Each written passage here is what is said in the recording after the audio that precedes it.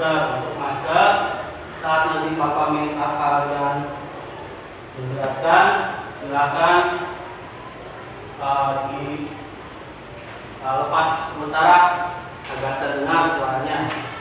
Dan sebelum memulai pembelajaran, silakan siapkan dulu untuk berdoa. Kita baca doa.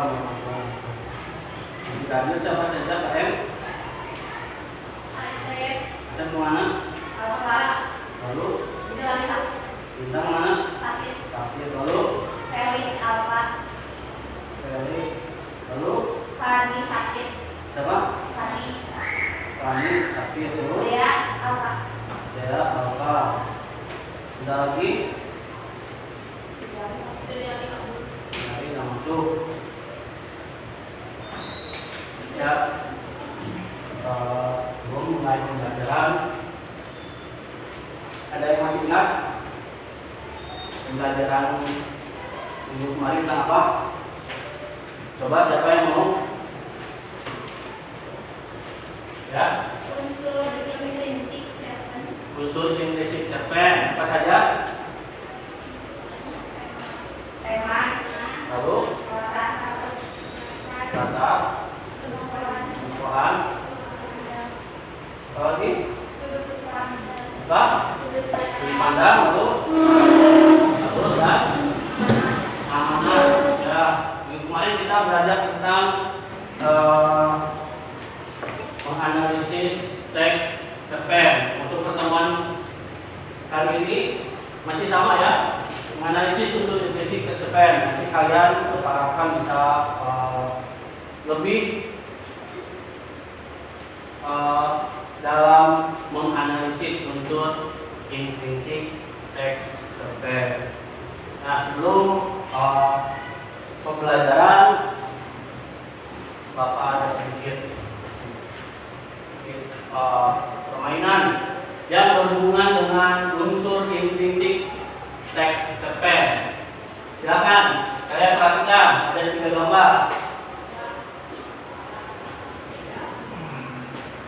Ada 3 gambar di sini. Unsur intrinsik apa ini? Unsur intrinsik apa? Apa?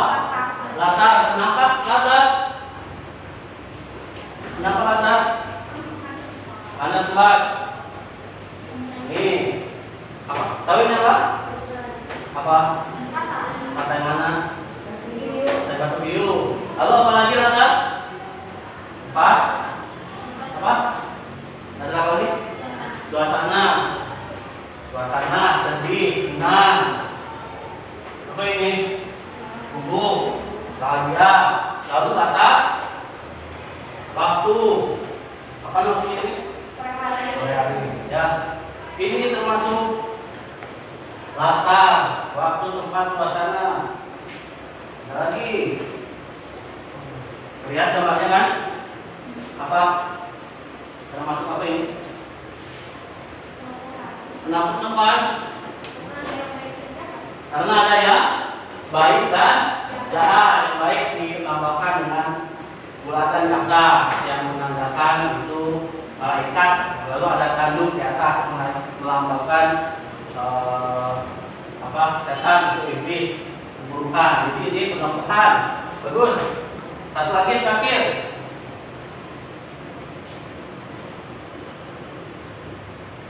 Apa ini? Apa?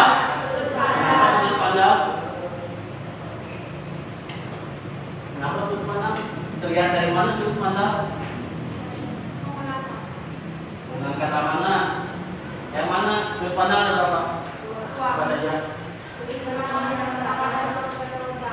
Yang pertama mana?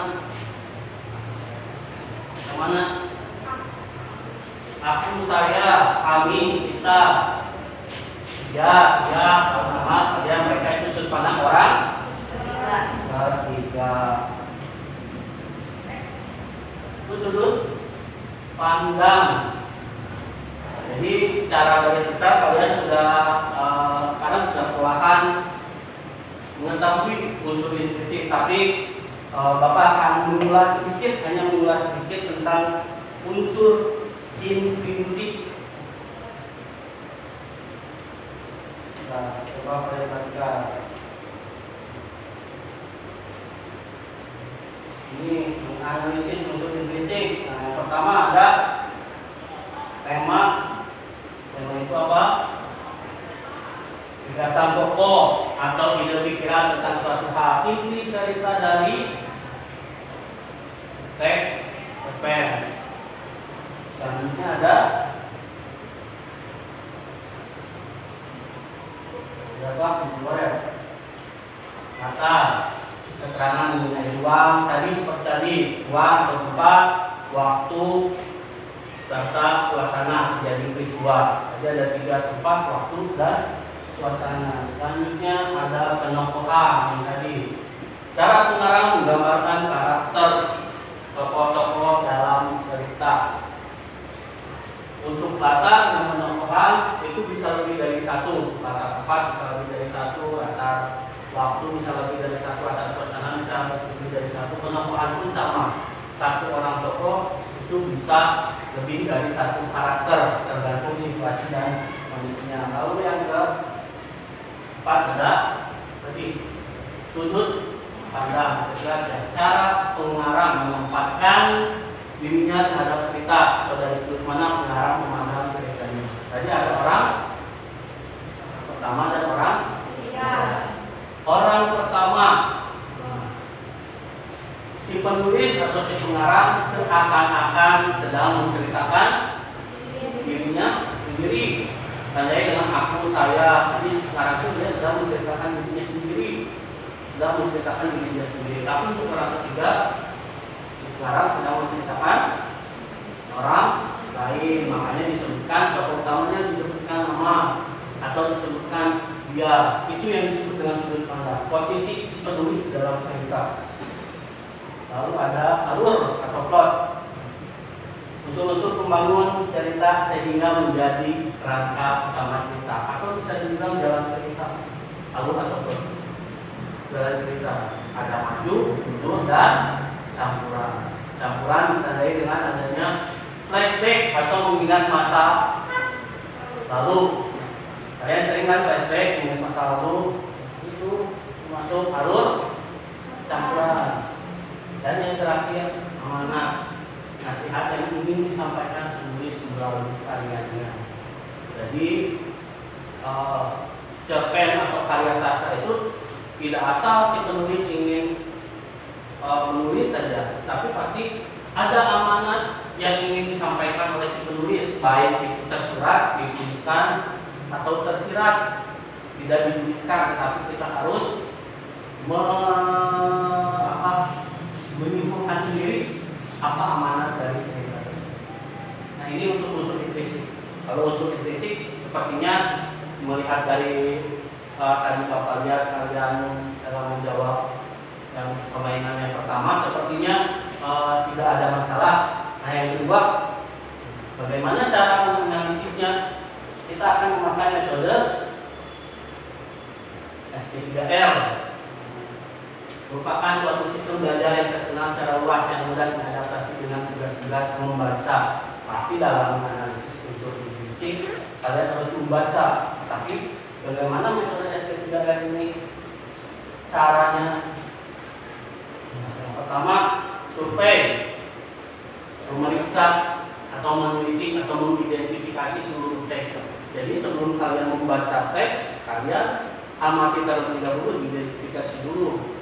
Ini di halamannya, di berapa, itu kan perlu untuk apa? Nanti kan kalian membutuhkan waktu berapa lama untuk membaca teks tersebut, lalu ada bagiannya dan apa saja. Itu pertama survei, memeriksa, jadi kalian belum membaca. Lalu yang kedua, question, pertanyaan. Menyusun daftar pertanyaan yang sesuai dengan wacana. Nah, nanti yang pertanyaan berkaitan dengan unsur intrinsik. Jadi apa saja pertanyaannya? Kalau tentang unsur intrinsik, apa temanya? Latarnya, lalu penokohannya, tokoh dan penokohannya bagaimana, lalu sudut pandangnya tentang sudut pandang orang keberapa, lalu alur yang dipergunakannya, lalu apa, lalu amanat pesan yang ingin disampaikannya apa dalam cerita tersebut. Lalu yang ketiga, read, membaca. Lalu sekarang kalian membaca, setelah kalian susun pertanyaannya, kalian baru membaca wacana secara aktif, mencapai pertanyaan-pertanyaan yang telah disusun. Tadi kan pertanyaannya apa temanya, bagaimana cara menjawabnya, dengan cara membaca dan seterusnya. Lalu cara yang kelima, yaitu memahami, menghafal semua jawaban atas pertanyaan yang telah tersusun atau ditemukan. Dan ditemukan, kalian harus dihafal. Tadi temanya apa, kalian harus hafal, itu dituliskan. Lalu latarnya, latar tempat dan suasananya apa saja dituliskan. Lalu yang terakhir ada review, meninjau secara keseluruhan jawaban atas pertanyaan yang telah tersusun pada langkah kedua dan ketiga. Tadi kan pertanyaannya sudah kalian tentukan apa saja yang ingin dicari. Setelah itu kalian baca untuk menemukan jawaban dari pertanyaan di atas. Setelah itu nanti yang terakhir review, meninjau keseluruhan apakah benar temanya itu tema survei itu ini, alurnya ini apa saja, latarnya apa saja, waktunya kapan, tempatnya di mana, suasananya bagaimana. Dan itu untuk langkah-langkah S3R. Jadi nanti kita akan menganalisis unsur intrinsik ini menggunakan metode S3R. Nah, untuk sekarang karena pertemuan sebelumnya sudah ada latihan, kalau untuk pertemuan sekarang kita tidak akan ada latihan, tetapi kita akan membahas soal evaluasi atau jawaban yang sudah kalian kumpulkan kemarin. Sebenarnya setelah kalian jawab. Nah, sebelum masuk ke situ, ada yang ditanyakan tidak? Tadi pertama dari unsur-unsur intrinsik teks cerpen. Bapak yakin unsur intrinsik kalian sudah sedikit paham. Itu tinggal latihannya. Untuk metodenya sudah. Jadi sebelum membaca kalian identifikasi dulu, setelah itu pertanyaannya disusun, untuk menjawab pertanyaannya kalian baca teksnya. Setelah baca teksnya kalian pahami dengan menghafal jawabannya. Setelah itu kalian review keseluruhan di akhir. Ada yang menanyakan tidak? Ada yang menanyakan tidak? Tidak ada? Tidak ada. Kita akan bahas sedikit nih. Kemarin masih ingat untuk evaluasi judul teksnya apa? Apa? Penglihatan. Judul teksnya penglihatan. Karya siapa? Masih ingat karya siapa? Karya siapa? Karya Master Zainal. Itu cerpennya sudah memang sudah bisa dibilang dipublikasikan di kolom Kompasiana. Ini pembahasan evaluasi. Masih ingat apa tema yang terdapat dalam cerita itu? Siapa coba masalahnya masih ingat tidak? Tentang apa? Tentang apa? Tentang apa? Tentang keluargaan. Ada yang lain? Yang lain? Ayo, yang lain. Yang kemarin mengumumkan tentang apa? Tentang apa? Masih ingat? Tentang apa? Ada jangan ngelamun tentang apa?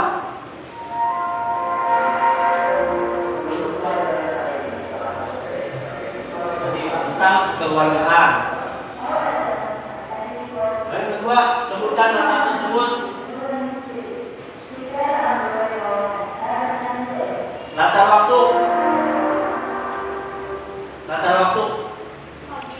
Pagi. Lalu malam. Lalu dari tidak latar waktu pagi. Kutipan teksnya suatu pagi ibu pernah membawaku ke taman.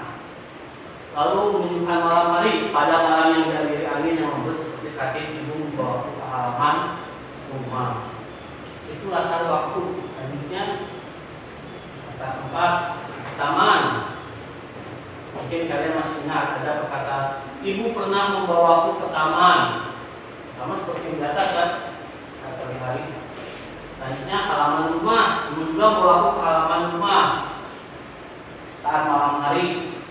Kali berkaitan berarti antara waktu dan tempat. Lalu ada di ruang makan. Suatu malam di usia ke-12 kami duduk mengitari meja makan. Disebutkan tidak di ruang makan. Disebutkan tidak yang nomor 3 ini. Disebutkan tidak sedang berada di ruang makan. Kenapa bisa disebutkan ruang makan? Karena sedang mengitari meja makan. Biasanya kalau meja makan berada di ruang makan dan di kamar tidur kan. Lalu tempat kamar tidur. Ibu mengantarku cuci muka, cuci kain, dan tidur. Kalau tidur lampu dimatikan, itu tidur di luar. Kaki itu sedang berada di kamar tidur. Lalu ada di rumah sakit. Kalau ini disebutkan sama ayah dan ibu benar-benar bawa aku ke rumah sakit untuk hadiah istimewa itu. Lalu ada suasana gembira. Sudah terlihat ya. Aku merasa sangat girang. Girang itu gembira. Lalu ingin tahu atau penasaran. Seketika dalam benakku muncul keduk-keduk yang berterbangan warna-warna, aroma-aroma dan cahaya yang berlompatan. Itu atas suasana. Tokoh siapa saja tokohnya masih ingat? Tokoh utamanya siapa? Aku. Lalu ibu. Lalu ayah. Lalu Lukas dan karakternya aku penyabar, menerima keadaan yang tidak bisa melihat. Hormat, di situ ada. Jadi aku tetap menghormati mereka. Lalu selalu bersyukur. Aku tidak sabar untuk mengucapkan terima kasih pada ayah. Lalu ayah kerja keras. Ayah jarang sekali tinggal di rumah. Ayah sering pergi ke ibu kota dan bahkan keluar negeri. Disebutkan tidak kerja keras, tidak kan? Tapi bisa dilihat di sini bahwa ayah itu kerja keras dengan jarang tinggal di rumah, sering pergi ke kota bahkan keluar negeri. Penyayang. Kenapa penyayang? Karena memberikan kado ulang tahun berupa apa? Ada yang mendonorkan mata. Ibu penyabar. Ibu telah menjelaskan puluhan kali bahkan mungkin ratusan kali. Di situ kan penyabar, menjelaskan kepada tokoh aku bahwa dia itu bukan tidak bisa melihat, tetapi melihat dengan cara yang berbeda. Ingat, Lukas dan Elias baik hati setia. Setelah ibu baru ada Lukas yang studi berkawan, Lukas dan Elias yang studi berkawan denganku. Jadi temannya kan ada 3. Ibu, lalu sama lagi Lukas dan Elias. Yang di akhir baru terjelaskan bahwa si Lukas dan Elias itu ekor anjing kembar milik tetangga. Kalau tidak sampai akhir, pasti kalian menyangkanya si Lukas dan Elias itu manusia kan? Karena bisa berbicara, bermain bersama. Padahal di akhir si Lukas dan Elias itu ternyata seekor anjing tetangga yang selalu menemaninya. Alurnya bagaimana? Masih ingat? Apa? Alurnya bagaimana? Masih ingat tidak alurnya? Maju, mundur, campuran. Apa? Maju. Alurnya maju. Karena di situ tidak ada mengingat masa lalu atau flashback. Alurnya maju. Jadi kan jalan ceritanya secara berurutan. Dan dari perkenalan, muncul masalah, konflik, ketegangan sampai penyelesaian masalah tidak acak. Lalu tidak ada flashback. Jadi mulai dari dia kecil tidak bisa melihat sampai dia berulang tahun ke-12 dan akhirnya mendapatkan bola mata sehingga bisa melihat. Alurnya maju, tidak ada mundur, campuran atau maju mundur campuran. Lalu yang kelima, sudut pandangnya. Sudut pandangnya apa? Orang pertama, kenapa orang pertama? Karena tokoh utamanya itu ya aku, jadi sudut pandangnya orang pertama. Kesannya apa? Amanatnya apa? Ayo, amanatnya apa? Ayo, amanatnya apa? Amanatnya dari cerita itu bagaimana amanatnya? Apa? Lebih bersyukur. Ada lagi? Amanatnya apa? Selalu sabar. Amanatnya apa? Dari cerita itu tadi selalu bersyukur, sabar, lalu menerima apa adanya. Karena ceritanya itu kan tentang si tokoh aku yang tidak bisa melihat, tapi dia. Jadi kalau amanat itu tiap-tiap orang bisa bahasanya berbeda ya. Bahasanya bisa berbeda. Kenapa bisa berbeda? Yang penting intinya tersampaikan. Tadi selalu bersyukur, sabar, menerima apa adanya. Kalimatnya bisa kita sampaikan seperti ini. Kita harus selalu bersyukur pada Tuhan Yang Maha Esa atas apa yang telah karunia-Nya, walaupun ada kekurangan. Itu kan amanatnya tadi, bersyukur atas apa yang karunia-Nya, menerima apa adanya, walaupun ada kekurangan dari si tokoh aku tersebut. Bisa kalian kalau diberikan suatu cobaan misalnya bersyukur, menerima apa adanya, bisa tidak? Bisa. Insya Allah bisa. Kalian sekarang pun sedang bersyukur, sedang menerima apa adanya. Teman-teman yang lain sudah pulang, kalian masih belajar. Itu kan menerima apa adanya, bersyukur.